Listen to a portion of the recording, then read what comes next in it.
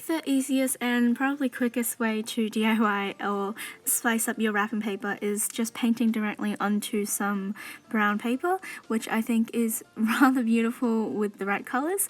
And here you'll just see me using some blue acrylic paint and just doing some feathering motions, almost to hint at some leaves moving or feathers moving, however you want to interpret it.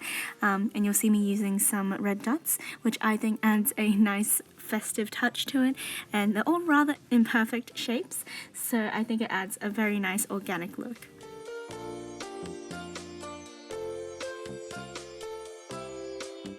The second thing is stamps.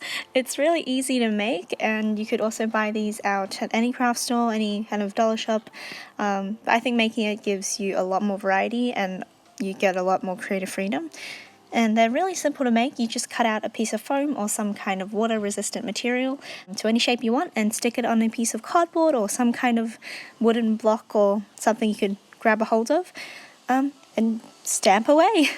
This one is particularly great if you are in a rush and you've already got the stamp lying around that you've pre-made, so it just makes the whole process much easier.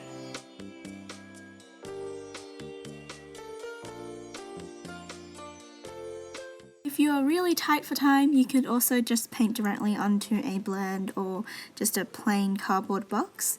This is super easy to do, similar to the first idea of just painting the wrapping paper, except this time you are painting on a box.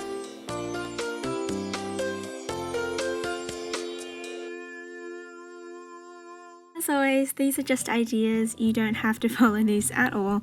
I just hope this sparks some creativity in you, and you could also make little labels for your friends.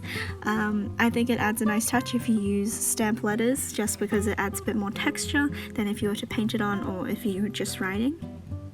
I'm not putting down the notion that you need to make DIY wrapping paper. In fact, I think normal wrapping paper and store-bought wrapping paper looks absolutely amazing as well. You can do whatever you want. It really is just the thought that matters and the love that you give to your loved ones. So with that said, I hope you have a lovely day and week and year and happy holidays. And if you liked it, like it. And if you want to subscribe, you can do that as well. Do whatever you want. And I'll see you guys next time. Thanks for watching. Bye!